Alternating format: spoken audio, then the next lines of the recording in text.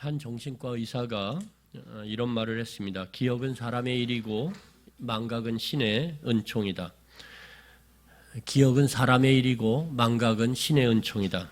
이 말은 기억하는 것은 사람이 애쓰고 노력하면 얼마든지 기억할 수 있다라는 말입니다. 그래서 우리는 기억을 하기 위해서 작은 노트를 갖고 다니면서 거기다가 우리가 기억할 것을 적는다든지 아니면 예전에는 녹음기를 갖고 다니죠. 작은 소형 녹음기를 갖고 다니면서 녹음을 그때그때 하거나 요즘은 너무 편리하게 핸드폰에 녹음 기능이 다 있어서 말만 녹음되는 게 아니라 영상을 다 녹음할 수가 있죠. 그래서 우리가 필요한 것들을 언제든지 우리는 기억할 수 있습니다.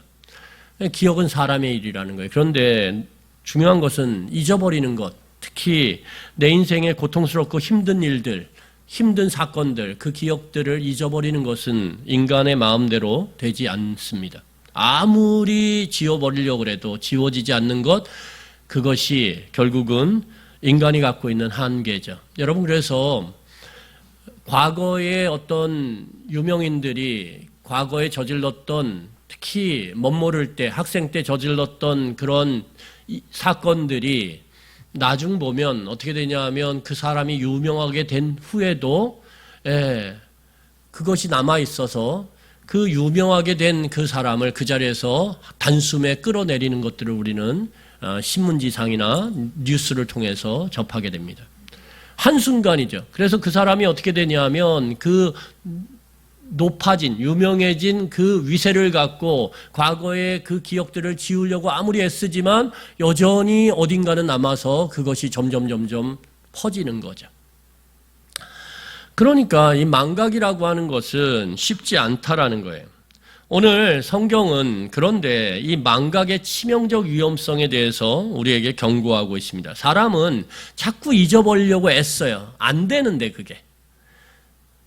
그런데 이 잊어버리려고 애쓰는 것이 얼마나 위험한지 오늘 성경이 우리에게 경고하고 있다는 것입니다. 그래서 성경은 기억해야 될 것을 기억하고 잊지 말아야 될 것을 잊지 말라라고 끊임없이 우리에게 경고하고 있고 반복해서 말하고 있습니다. 오늘 성경을 보면 이 바로와 애굽에 하나님의 심판을 쏟아 부으세요. 그런데 이 심판이 3개씩 10개의 심판 아닙니까? 그런데 이 10개의 심판이 마지막 심판을 제외하고 9개가 3개씩 3세트예요. 3개의 묶음. 그래서 3개 이렇게 묶음으로 되어 있습니다. 그래서 동일한 패턴을 가져요. 그 동일한 패턴이 무엇인지는 말씀을 우리가 앞으로도 나눠가면서 알게 될 텐데 이 3개로 묶여진 하나님의 심판이 이제 한 세트가 끝났어요. 첫 번째, 두 번째, 세 번째 재앙이 끝나고 이제 새로운 두 번째 묶음의 첫 번째 재앙, 전체 재앙으로 따지면 네 번째 재앙이죠. 이제 그 재앙이 오늘 다가오고 있습니다. 그런데 첫 번째 묶음의 첫 번째, 두 번째, 세 번째 재앙은 끝났어요. 끝나서 어떻게 되냐 하면 이제 그 3개의 재앙들로 인해서 첫 번째, 두 번째, 세 번째 재앙으로 인해서 초토화가 됐던 애굽이 다시 회복이 됩니다. 여러분, 그래서 이 회복이라는 건 뭐냐면 일상의 삶으로 돌아가는 거예요. 일상의 삶으로 돌아가는 것. 여러분, 코로나의 재앙 가운데 우리가 3년을 지나왔어요. 그리고 이제 일상의 생활로 돌아가고 있죠. 회복이 되고 있는 것입니다. 그래서 요즘에 마스크 안 해요. 교회에서는 하지만 안 해도 돼요. 이제는 이제 일상의 삶으로 회복된. 그래서 마스크를 보면 요즘에 제가 피식 웃어요. 왜요? 그 마스크 사려고 제가 아침에 일찍 이 약국 저 약국 가서 줄 섰거든요. 그런데 몇 개 얻질 못해가지고 막 발을 동동동동동동 굴렀던 기억이 얼마 전의 기억인데 지금은 그냥 굴러다니는 게 마스크예요. 이게 우리의 삶이 회복되고 있고 그 회복은 일상 이전의 삶으로 돌아간다는 것을 의미한다는 거예요. 오늘 성경을 보면 첫 번째, 두 번째, 세 번째 재앙으로 인해서 일상의 삶이 파괴되었었는데 그 일상의 삶이 파괴된 가운데서 다시 회복되는 모습을 보게 돼요. 자, 우리 본문 20절입니다. 20절 같이 보겠습니다. 20절 읽겠습니다. 시작. 여호와께서 모세에게 이르시되 아침에 일찍이 일어나 바로 앞에 서라. 그가 물 있는 곳으로 나오리니 그에게 이르기를 여호와께서 이와 같이 말씀하시기를 내 백성을 보내라. 그러면 그들이 나를 섬길 것이니라. 여러분, 바로의 일상의 삶을 시작할 때 하루의 시작의 순서의 첫 번째가 무엇이냐면 일어나서 나일강으로 나가는 거예요. 그러니까 왕의 시찰이죠. 나일강이 왜 이렇게 중요하냐면 이 고대 사회의 나일강은 모든 생산의 근본이에요. 그러니까 나일강이 없으면 애굽은 그냥 광야예요. 아무것도 나지 않는 광야.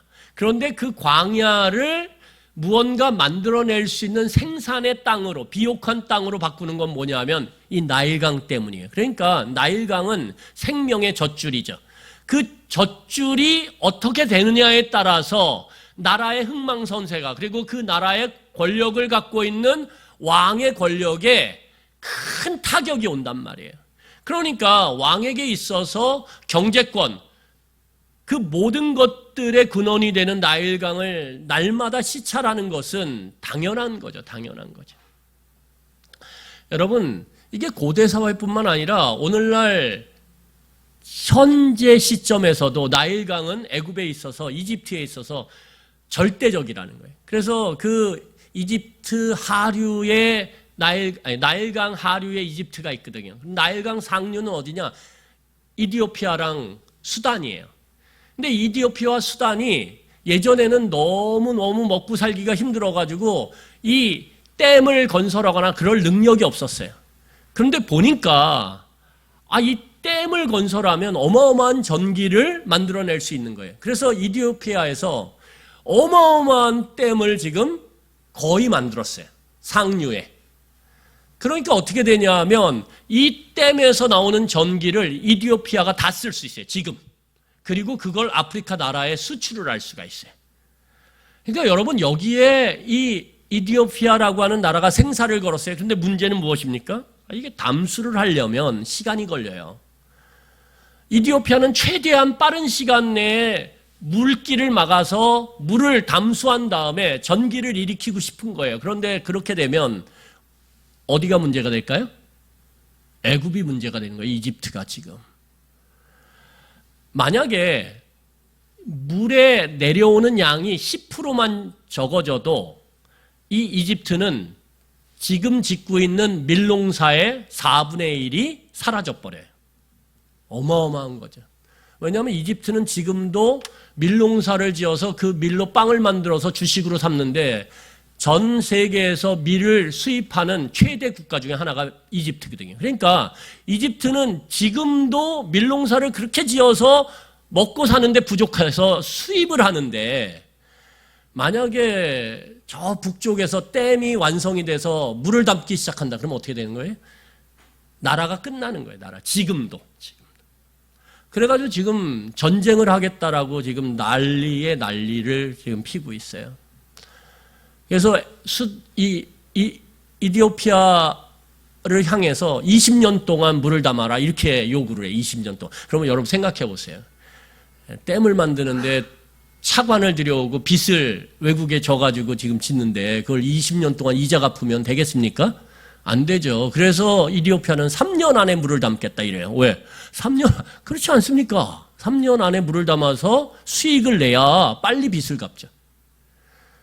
이것 때문에 지금 전 세계에서 전쟁의 위험이 가장 높아지는 데가 어디냐면 지금 이집트와 이디오피아예요. 근데 그 옆에 있는 수단도 이디오피아가 하는 걸 보니까 우리도 할래. 그래가지고 지금 댐을 지으려고 그래요. 지금 거기가 화약고예요. 화약고. 얘기하다 보니까 갑자기 글로 갔는데, 어쨌든 중요한 건 무엇이냐면 일상의 삶의 회복, 그 회복을 통해서 바로는 이전에 했던 것처럼 어떻게 해요? 이 나일강가를 거느리며 그 힘차게 흘러가는 그 나일강, 그 주변의 비옥한 토양을 보면서 야, 내 나라가 안정되구나. 그렇게 마음 가운데 평안함을 얻었다라는 거예요. 왜? 이전에 그 나일강이 피로 바뀌었거든요. 그래서 쳐다보기도 싫었거든요. 마음이 막 괴로웠거든요. 내 나라가 어떻게 될지, 내 권력이 어떻게 될지 두려웠거든요. 그런데 그것이 회복되고 일상의 삶이 시작되자 사라졌던 마음의 평안이 오늘 다시 회복됐다라는 거예요. 여러분, 그래서 오늘 성경을 보면 회복된 것 같죠. 그래서 평안이 찾아온 것 같아요. 그런데 여기서 우리는 바로의 영적인 미성숙함을 보게 돼요. 여러분, 미성숙하다라는 건 무엇입니까? 힘들 땐 부모를 찾아요. 그런데 이제 힘든 일이 사라지면 더 이상 부모를 찾지 않아요. 아이들이 밖에 나가서 힘든 일이 있으면 어떻게 해요? 하지도 않던 부모에게 전화를 급하게 해서 도와달라고 막 그래요? 그리고 그게 마치 비바람처럼 싹 사라지고 아주 평온해지면 어떻게 될까요? 전화 와요, 안 와요? 전화 안 해요. 전화 안 해요. 그게 여러분, 그런데 그 아이들만 그런 것이 아니라 우리가 어렸을 때 우리의 삶도 그랬다라는 거예요. 이게 미성숙함이에요. 미성숙함. 여러분, 영적인 미성숙함이 무엇입니까? 힘들 땐 보이지 않는 하나님이 너무 또렷이 보여져요. 내 삶이 고통스럽고 어려울 때는 그냥 신음소리가 나올 때는, 억소리가 나올 때는 보이지 않는 하나님을 찾는단 말이에요. 새벽에도 그렇게 눈이 떠져요. 몸이 그냥 일으켜져서 기도의 자리로 자세가 딱 그렇게 취해져요. 그런데 힘든 일이 싹 사라지면 어떻게 됩니까? 눈에 보이는 하나님이 보이지 않아요. 느껴지지 않아요. 그냥 눈에 보이는 현실만이 우리를 끌어당길 뿐이에요. 이게 영적인 미성숙함이라는 거예요. 여러분, 바로의 영적인 미성숙함이 무엇입니까? 현실적으로 고통이 쫙 몰려오고 자신의 권자가 불안할 때는 어떻게 해요? 모세를 찾아요. 불러서 찾아요. 모세 빨리 들어오라고 그러라고. 그런데 자신의 일상 가운데 평안이 찾아오자 까맣게 하나님을 잊어버리죠. 그리고 오늘 그렇게 자신의 삶을 안정되게 만들었던 그 나일강, 그 힘차게 흐르는 나일강에 또 와서 어떻게 합니까? 좋다, 야 좋다, 이렇게 오늘 스스로 위로하고 있고 평안함을 갖고 있는 거예요. 그런데 이게 어떤 평안이냐면 껍데기라는 그 껍데기. 여러분, 거짓된 평화라는 거예요. 거짓된 평화. 왜요? 이 평화를 얻는 가운데에 바로가 한 일이 있어요, 없어요? 없어요. 전적으로 하나님께서 심판하셨고 하나님께서 회복시키신 거예요. 그러니까 이 평안은, 바로가 누리고 있는 평안은 껍데기 평안이라는 거예요. 껍데기 평안. 아직 근본적인 문제가 해결이 안 됐어요. 근본적인 문제가 해결이 안 된 상태에서 하나님께서 일시적으로 준 은혜라는 거예요. 평안이라는 거예요. 그런데 문제는 뭐냐면 인간의 어리석음, 망각의 위험성이 바로 이거예요. 일시적인 평안을 마치 영원히 지속될 것처럼 여긴다라는 거예요. 여러분, 우리에게 지금 코로나 3년을 지나면서 일상의 삶의 회복이 찾아왔어요. 우리는 이것을 보면서 야, 이제 끝났구나. 아니요. 끝난 게 어디 있어요. 일시적인 거예요. 일시적인 거. 돌이켜보면요, 메르스도 있었고요. 돌이켜보면 사스도 있었고요. 돌이켜보면 요 근래에 수많은 우리가 알지 못했던 이름의 바이러스들이 우리의 삶 깊숙이 찾아와서 우리의 삶을 뒤집어 놨다라는 거예요. 일시적인 거예요. 그런데 우리는 망각의 이 위험성을 모른 채 어떻게 합니까?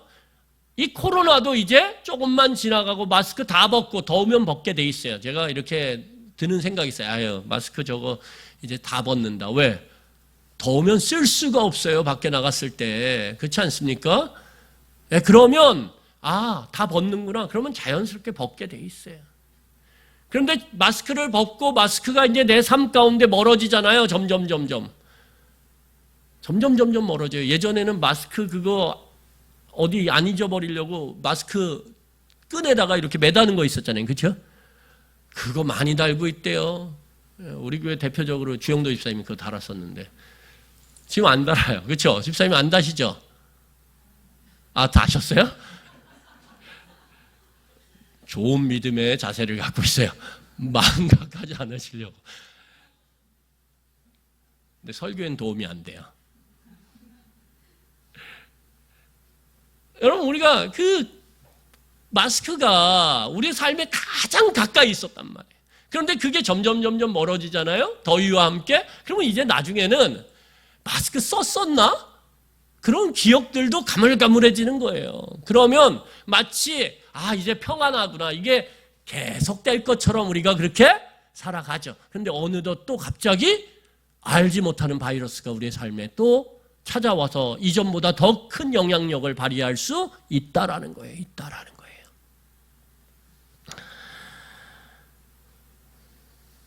오늘 바로는 영적인 미성숙함 가운데 이제는 그 눈에 보이던 하나님의 심판의 재앙이 사라졌구나. 그러니까 평안이 찾아왔구나. 이렇게 어리석음 가운데 지금 누리는 평안이 마치 계속될 것처럼 그렇게 착각할 수 있어요. 또는 애써서 자신을 속이는 걸 수도 있어요. 아니야, 평안해. 난 평안해. 이거 내가 평안하지 않다라고 생각하면 나 미쳐. 나 삶을 못 살아. 손에 잡히는 일이 없어. 그래, 평안해. 지금이 진짜 평안한 거고 이거 이제는 더 이상 흔들리지 않을 거야. 이거는 스스로를 속이고 스스로 어떻게 하는 거예요? 자신에게 거짓말을 하는 거죠. 지속되는 평안함, 영원한 평안함은 없어요. 여러분 생각해 보세요. 자식을 키우는데 지속적으로 평안하던가요? 하나의 문제가 해결되면 그 자녀가 계속 그렇게 탄탄대로를 달리던가요? 그런 일은 없어요. 하나의 문제가 해결되면 또 다른 문제가 또 다른 문제 앞에서 더 큰 좌절을 해요. 그 문제가 해결되면 또 다른 더 큰 어려움이 찾아와요. 그게 우리가 살아가는 인생이에요. 그런데 우리는 스스로를 속여요. 이 평안함이 지속될 거라고.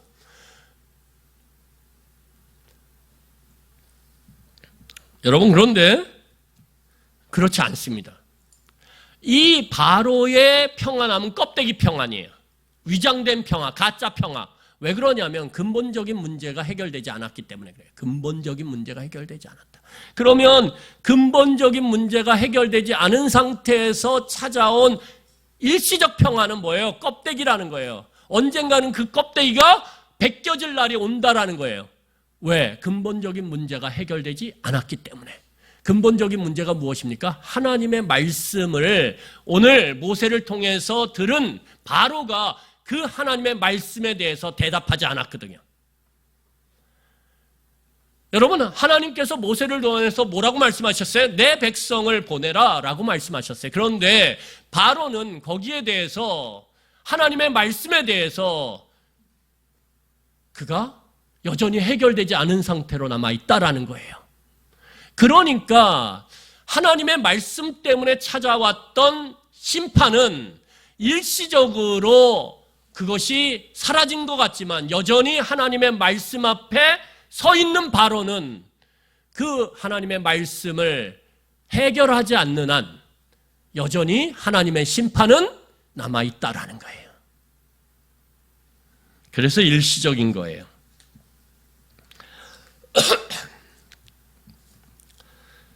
여러분, 그래서 하나님의 말씀을 모른 척하고 산다. 그렇게 살면 돼요. 그런데 그것이 우리의 삶 가운데 어떻게 되냐?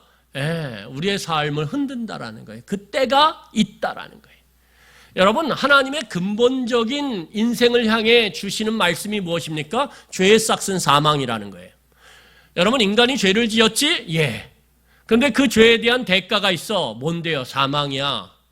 근데 그 사망은 반드시 찾아와 여러분 이 하나님의 말씀, 이 엄중한 하나님의 말씀에 대해서 우리가 그 말씀을 마주하고 그 말씀을 우리의 삶 가운데서 해결하지 않으면 이 말씀은 우리의 삶의 어느 순간이든 어떤 상황이든 비집고 들어와서 하나님의 심판을 선포한다라는 거예요. 내가 가장 좋은 때, 내가 가장 평안한 때,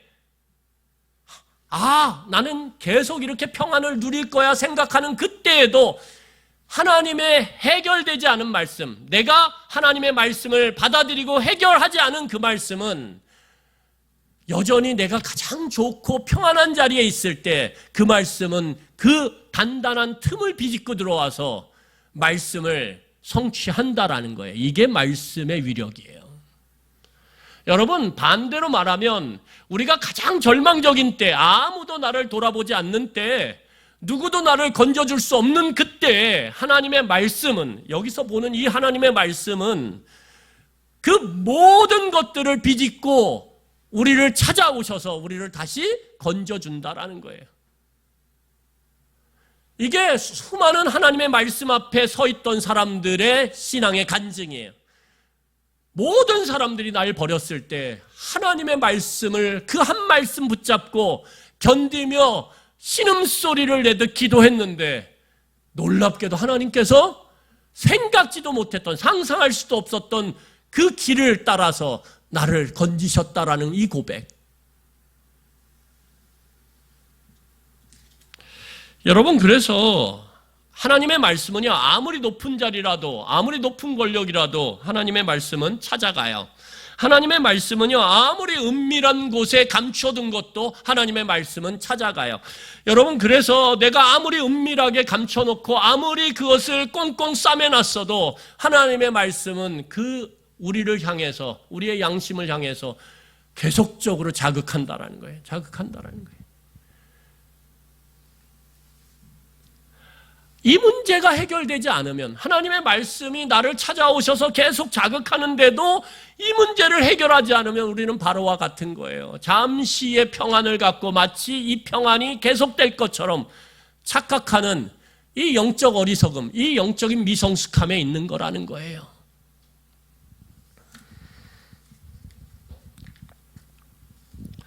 여러분, 바로는 오늘 나일강에 쫙 나가서 그 백성들의 마음이, 나일강이 붉은색으로 피의 색깔로 바뀌었을 때 막 그 마음이 요동치고 왕에 대한 불신과 그 수많은 권력자들에 대한 불신으로 인해서 나라가 온통 요동쳤어요.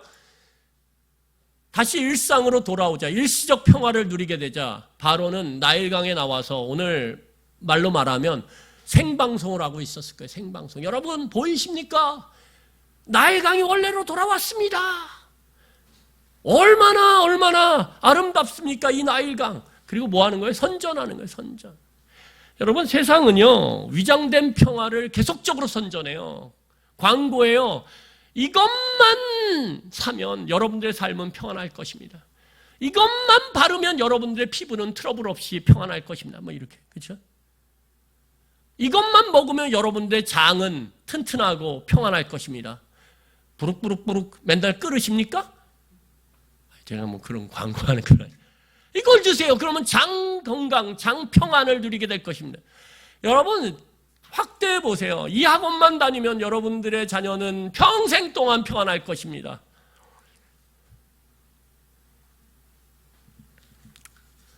이것만 먹으면 여러분들의 무릎 관절은 평안할 거예요. 여러분 생각해 보세요. 온통 세상은 우리들의 불안, 우리들의 그 고통 가운데 평안을 주겠다라고 광고해요. 온통 광고예요. 온통 광고. 근데 세상이 판매하는, 세상이 광고하는 평안은 마치 지금 바로가 나일강가에 나와서 온 애굽 사람들을 향해 광고하며 나일강이 이제는 온전합니다. 평안을 하지 않습니까? 이것과 동일하다라는 거예요. 왜요? 이건 일시적인 거거든요. 여러분, 우리가 성취하고 가진 것들로 이것저것을 사고 이렇게 저렇게 내 삶을 꾸며서 평안하다 해도 우리의 삶 가운데 해결되지 않은 하나님의 말씀, 죄 싹슨 사망이라고 하는 이 말씀이 우리 가운데 받아들여지고, 그러면 어떻게 해야 됩니까? 하나님의 답을 주세요 라고 할 때 그 답이신 길이요 진리이신 예수 그리스도를 우리가 붙잡지 않으면, 그분을 받아들이지 않으면, 지금까지 내 삶의 주인이 나였는데 내 삶의 주인을 예수 그리스도로 바꾸지 않으면 평안하다라고 하는 우리의 그 눈에 보이는 것들로 인한 평안함은 껍데기라는 거예요. 어느 순간 죄에 싹슨 사망이라고 하는 그 말씀이 놀라운 위력을 발휘하면서 나 건강했는데, 나 튼튼했는데, 나 괜찮았는데, 나 아무렇지도 않았는데, 나 어저께도 잘 먹고 잘 잤는데, 근데 어느 순간 그 말씀이 내 삶에 비집고 들어와. 야, 내 삶이 얼마나 튼튼한지 알아? 나는 6개월에 한 번씩 우리나라에서 가장 비싼 병원에 가서 온몸을 스캔하면서 온갖 방식으로 내 건강을 체크해 왔어. 빈틈없게 날마다 식단, 약, 건강식품, 운동 끊임없이 내 삶을 관리해 왔어. 여러분, 빈틈이 없다고요? 아니요.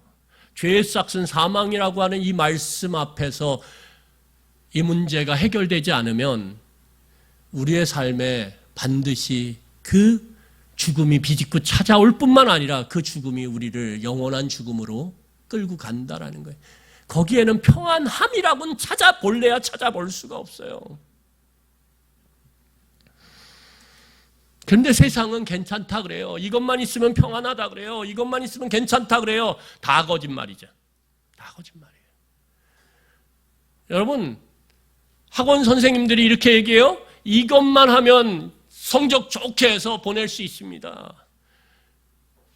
그런데 아이들을 그렇게 해서 가르쳐서 어디 보냈네.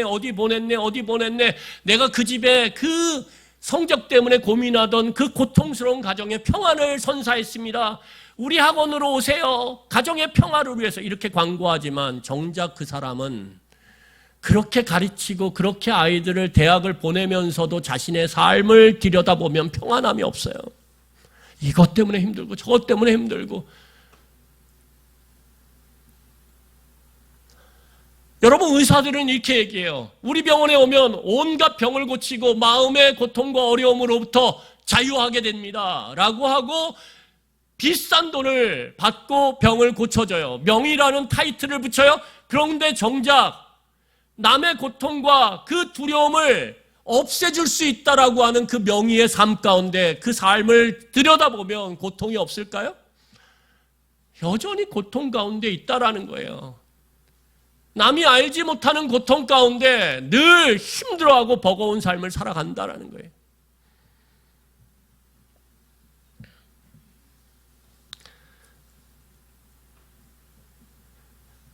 여러분, 바로가 오늘 선전하고 광고하는 이 평안은 가짜예요. 가짜예요.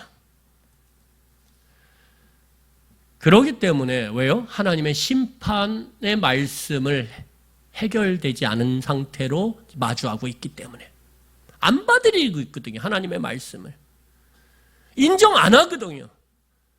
믿지 않거든요. 그러니까 말씀은 여전히 오늘 바로 앞에서 살아 움직이고 있다는 거예요. 더 무섭게, 더 요동치며 그 말씀이 때를 기다리고 있다는 거예요. 그런데 그게 안 보여, 바로에게. 이게 어리석은 거예요. 여러분, 거꾸로 보면 하나님의 백성에게는, 말씀을 받아들이고 해결된 하나님의 백성에게는 하나님의 심판은 크나큰 위로죠. 격려고요.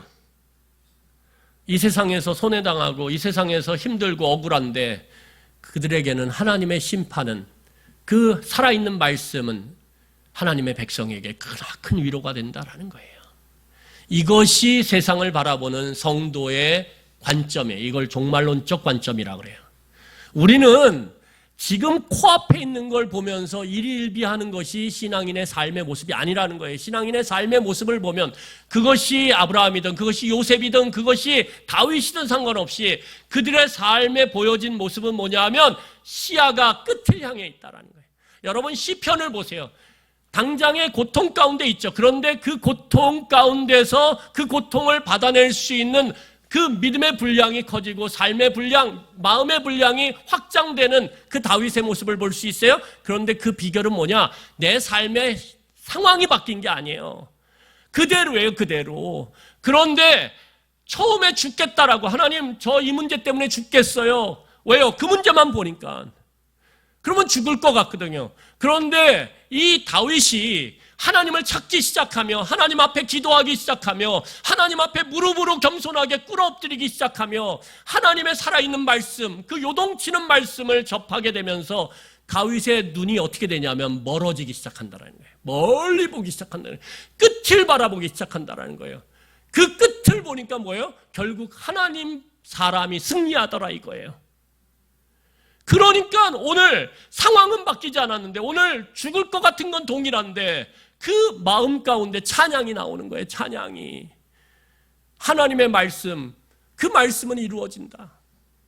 그 말씀은 살아 움직이며 반드시 그 말씀은 성취된다라고 하는 이 끝을 바라보는 종말론적 시각 속에서 다윗은 오늘 내 주어진 현실에 대해서 오늘 하나님 앞에서 새로운 눈을 갖게 된다는, 하나님 이거 훈련이군요. 훈련. 오케이. 하나님 제가 인내할게요. 하나님께서 지금의 이 어려움을 통해서 저를 정금같이 빚어가실 줄 믿습니다. 하나님께서 저를 하나님의 사람으로 아름답게 세워갈 줄 믿습니다. 하나님, 그러니까 제가 견딜게요. 끝을 바라보면서. 왜요? 끝에 승리가 있거든요. 확실하거든요. 여러분 오늘 네 번째 심판이 오늘 시작되어져요. 자, 21절부터 23절까지 같이 읽겠습니다. 우리 21절부터 23절 같이 읽겠습니다. 시작. 내가 만일 내 백성을 보내지 아니하면 내가 너와 내 신하와 내 백성과 내 집들의 파리떼를 보내리니 애굽 사람의 집집에 파리떼가 가득할 것이며 그들이 사는 땅에도 그러하리라. 그날에 나는 내 백성이 거주하는 고센 땅을 구별하여 그곳에는 파리가 없게 하리니 이로 말미암아 이 땅에서 내가 여호와인 줄을 내가 알게 될 것이라.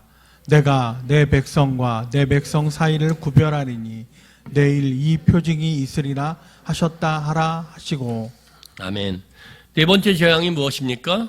파리떼죠. 일시적인 그 평안 거기에 속아서 그것이 영원할 줄 알고 오늘 이 바로는 하나님의 말씀을 또다시 받아들이지 않아요. 그러니까 하나님의 말씀이 질문을 던지는데 그 질문에 대해서 대답하지 않아요. 내 백성을 보낼 거니? 아니요. 여러분 그럴 때 오늘 그가 이제 평안하구나 생각했던 그 평안은 와장창 깨져버려요. 왜요? 파리떼가 온 땅을 덮어버리거든요. 온 땅을. 여러분 지금은 파리가 별로 없는데 제 어렸을 때만 해도 그렇게 파리가 많았어요. 밥 먹을 때면 파리가 거의 저 집에 밥을 식탁을 차렸대더라 소문을 내는지 얼마나 파리떼들이 함께 팀을 짜가지고 와가지고 그 밥 먹으면서 여러분 다 기억하시죠? 지금 제 설교 듣는 분들은 거의 한쪽으로 먹고 한쪽으로 손 이렇게 흔들고 한쪽으로 먹고 지저분하잖아요 파리. 왜요? 그 파리를 화장실에서 막 썼거든. 예전에 화장실이 수세식이 아니잖아요. 화장실에 갔을 때 봤던 그 파리야. 아무리 봐도. 근데 그 파리가 식탁에 자꾸 앉으니 신경이 안 쓰이겠습니까? 그러니까 한 손으로 치우고 찍찍이 같은 거 놓고선 파리. 그럼 하루에 찍찍이 잡히는 파리들이 아주 그냥 지저분해요. 지저분해. 지금 아이들한테 그 파리 붙은 찍찍이 보여주면요. 인권 침해라고 그럴걸요?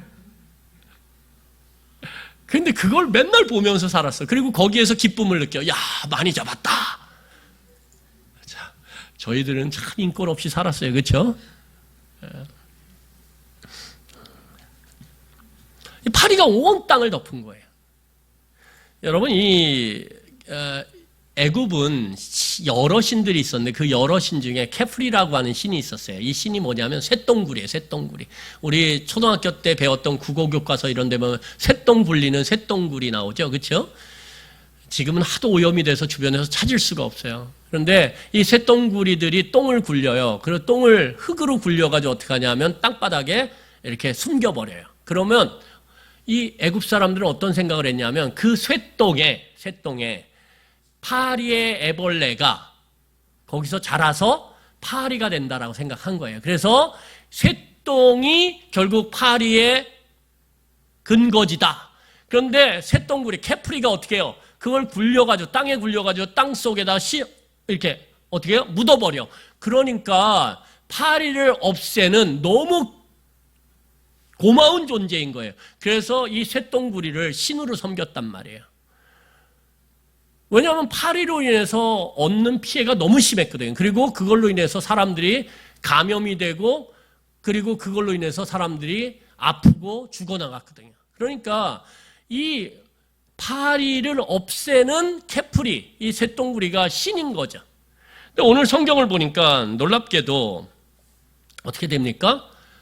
그렇게 섬겼는데 이 쇳덩구리가 역할을 못해요. 왜? 파리 떼가 이전보다 훨씬 더 많이 이 애굽 땅을 덮어버렸거든요. 그래서 애굽 땅에서 생산되는 모든 곡식들을 다 자라지 못하도록 근원적으로 막아버렸거든요. 그러니까 너무 큰 고통이 찾아온 거예요. 그런데 이전 첫 번째, 두 번째, 세 번째 고통은 뭐냐 하면 그냥 비바람에 불과한 거예요. 근데 오늘 이 파리 때는 마치 중형 폭풍처럼 이 애굽에 엄청난 타격을 오늘 주고 있어요. 온 땅에. 근데 성경을 보세요, 여러분. 오늘 24절입니다. 24절 보세요. 24절 제가 읽겠습니다. 여호와께서 그와 같이 하시니 무수한 파리가 바로의 궁과 그의 신하의 집과 애굽의 온 땅에 이르니 파리로 말미암아 그 땅이 어떻게 됐다고요? 황폐해졌더라. 땅이 온통 엉망진창이 돼버린 거예요. 여러분, 그런데 오늘 더 놀라운 사실은 무엇이냐면 파리가 많은 곳은 그러면 어디에 많겠어요? 어디에 많겠습니까? 자, 제가 이것도 간단하게 여러분들이 맞힐 수 있도록 객관식으로 내드리겠습니다. 1번, 똥이 없는데, 밥 먹기 전인데. 2번, 똥이 많은데. 자, 어디에 파리가 많겠어요? 당연하죠. 똥이 많은데. 거기에서 자랄 거 아니에요. 그 성충들이. 그러면 그 당시에 똥이 어디 많았냐? 짐승이 많은데 똥이 많죠. 왜요? 고대나 지금이나 사람은요, 정해진 곳에 가서 이렇게 배변을 해요. 그렇지 않습니까? 아니까 보죠. 그렇죠. 그런데 짐승은 어때요? 아무 데서나 하죠. 그러면 이 당시에 목축을 주업으로 했던 사람들이 누구예요? 애굽 사람이 아니라 이스라엘 백성이란 말이에요. 이스라엘 백성은 나일강의 최하류 삼각주지대, 지중해로 들어가는 그 지대, 그 지대가 삼각주지대인데 여기를 고센이라 그래요. 거기가 풀들이 많아요. 그러다 보니까 거기에서 목축을 했거든요. 요셉 이후로. 그러니까 어디에 똥이 많아요? 고센 땅에 똥이 많은 거예요. 그러면 어디에 파리가 많아야 돼요? 거기 파리가 많아야 돼요. 그거에 비하면 애굽 사람들은 목축을 멀리했단 말이에요. 그러면 그들 주변에는 똥이 적을 가능성이 더 많죠. 똥똥똥해서. 그러면 어떻게 되는 거예요? 파리가 적을 가능성이 많단 말이에요. 그런데 오늘 성경을 보니까 이게 자연적인 현상이 아닌 게 왜 그러냐면 똥이 없어야 될 때 파리가 많고 똥이 있어야 될 때 파리가 없어요. 다시 말해서 이스라엘 백성이 사는 똥 많은 고센 땅에 파리가 없고요.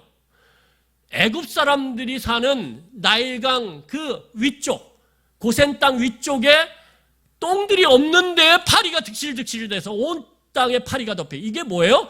이게 자연적인 게 아니라 하나님의 심판이구나. 하나님의 의도적인 심판이구나를 알 수 있죠. 그러면서 구별되어지는 거예요. 구별되는 하나님. 하나님을 믿는 자와 믿지 않는 자, 말씀을 받아들인 자와 받아들이지 않은 자, 어떻게 구별되는지를 보여주는 거예요. 여러분, 그래서 그날, 이 성경이 그날 얘기하는데, 그날은 하나님의 심판의 날을 이야기하고요. 최종적 심판을 성경은 그날이라고 표현을 해요. 그러니까 우리들의 평안은 어떤 거예요? 이 심판을 앞둔 껍데기, 잠정적 평화라는 거예요. 그래서 하나님 앞에서 하나님의 말씀에 대한 대답을 하지 않는 이상, 너 죄인이야? 예. 그러면 너 죄에 대해서 어떻게 해결할 건데? 여기에 대한 우리의 고백, 우리의 대답이 없는 한 우리는 그날 그 하나님의 최종적 심판 앞에 우리는 쓰는 날이 올 거고, 그날 우리는 내가 이 땅 가운데서 누려왔던 평안이 껍데기고 가짜임을 깨달아 알게 될 것입니다.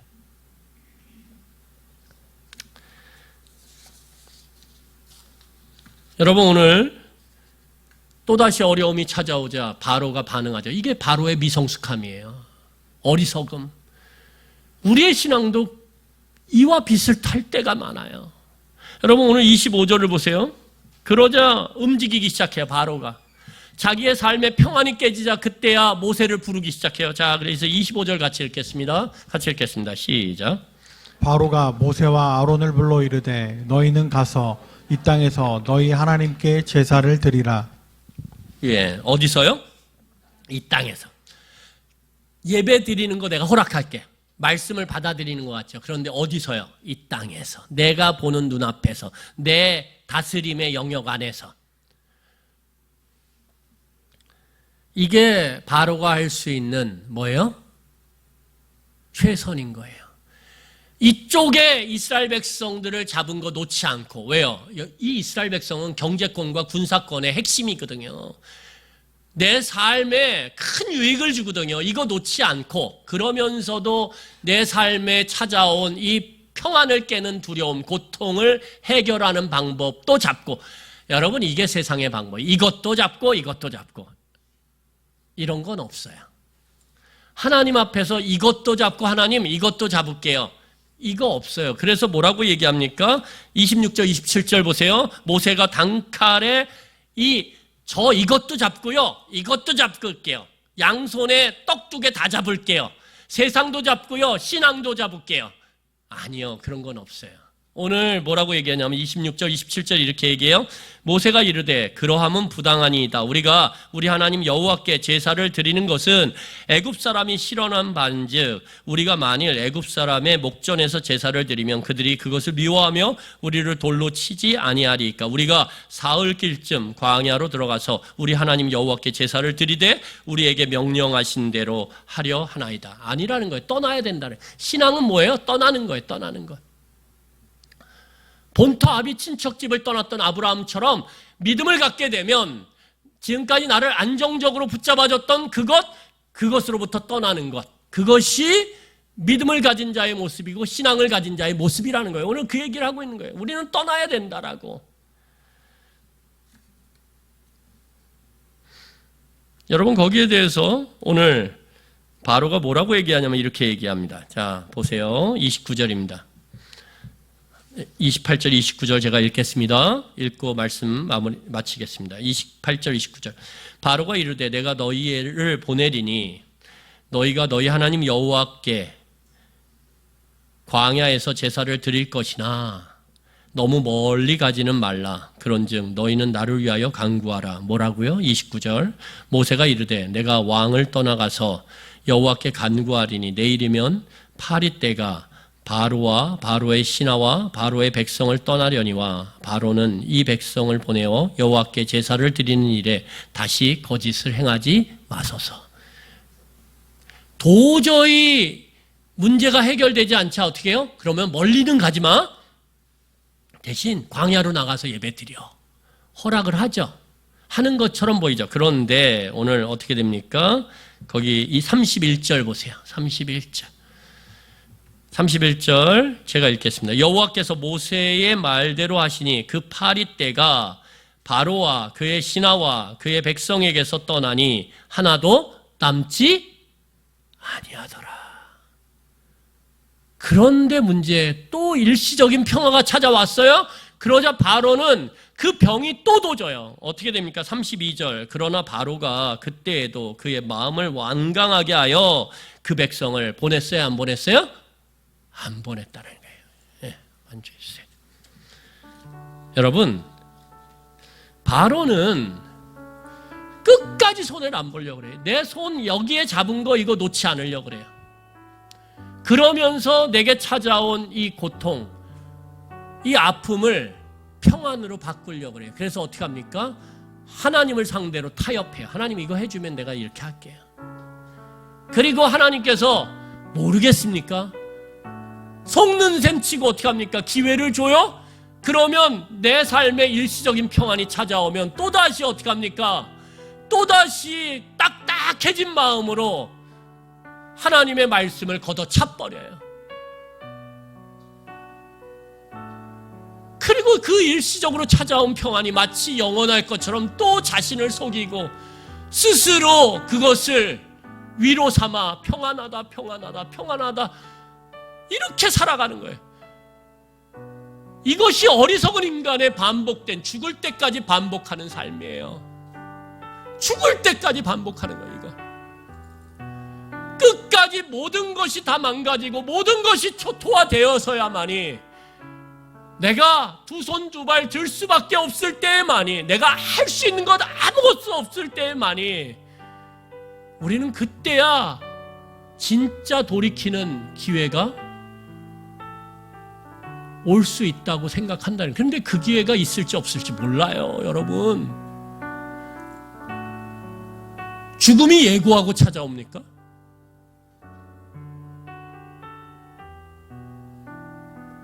여러분, 위장된 평화에 속지 마세요.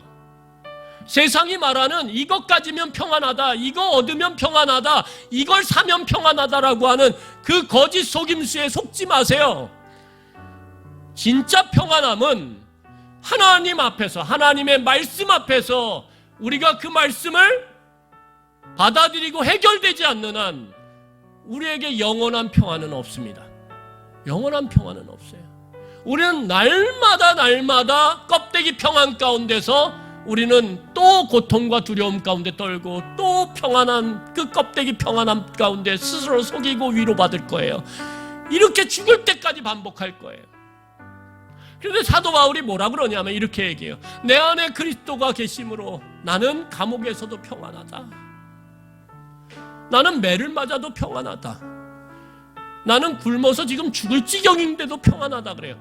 여러분, 이게 거짓말입니까? 아니에요. 거짓말 아니에요? 여러분, 이게 정신 나간 소리입니까? 정신 나간 소리 아니에요. 바울은 내가 알고 있는 하나님을 그 삶 가운데서 경험했다라는 거예요. 그래서 내 삶이 여전히 고통 가운데, 두려움 가운데 나를 옥죄는 것들이 산더미처럼 가득함에도 불구하고 바울은 그 안에서 문제가 해결됐거든요. 하나님 앞에서 하나님의 말씀에 대한 해결을 봤거든요. 그러니까 그의 시야가 어떻게 되냐면 저 끝에 그날 하나님의 심판의 종말의 날에 눈이 고정되기 시작했단 말이에요. 그럴 때 어떻게 돼요? 지금 내 눈앞에 경험되어지는 이거 잠시 힘들 수 있죠. 하지만 이내 어떻게 됩니까? 이내 그것이 내 평안을 흔들 수 없다라는 거예요. 여러분, 이게 진짜예요. 이걸 누리며 살아가셔야 돼요. 그래야 신앙이 진짜 신앙이 되는 거예요. 여전히 날 괴롭히는 사람이 있어요. 여전히 날 힘들게 하는 일들이 있어요. 그럼에도 불구하고 나는 하나님과의 관계 안에서 영원한 평화를 얻은 자라고 하는 이 말씀의 해결, 말씀의 받아들임이 있다면 우리의 시야는 이의 끝을 향해 있는 거예요. 그러면 이것이 어떻게 됩니까? 견뎌낼 수 있어요. 하나님께서 힘을 주세요. 때로는 그것들을 감당할 수 있을 만큼 하나님께서 덜어내세요. 경험해 가는 거예요. 그러면서 참고 인내함 가운데서 견디다 보니까 어때요? 나중에 이런 말을 하는 거죠. 그때 죽을 것 같았는데 살만하대요. 지나보니 살만하대요. 하나님이 그때 말씀으로 은혜 주시대요. 사람들을 통해서 나를 위로하고 격려하시대요. 이게 진짜 평안함을 누리는 사람의 모습이라는 거예요. 여러분, 거짓된 평화를 경계하십시오. 하나님의 말씀 앞에서, 하나님 앞에서 하나님의 말씀을 우리가 마주하고 그것을 받아들이고 해결되지 않는 한 우리에게는 진정한 평안이 결코 주어질 수 없습니다. 우리 이 시간에 찬양하겠습니다.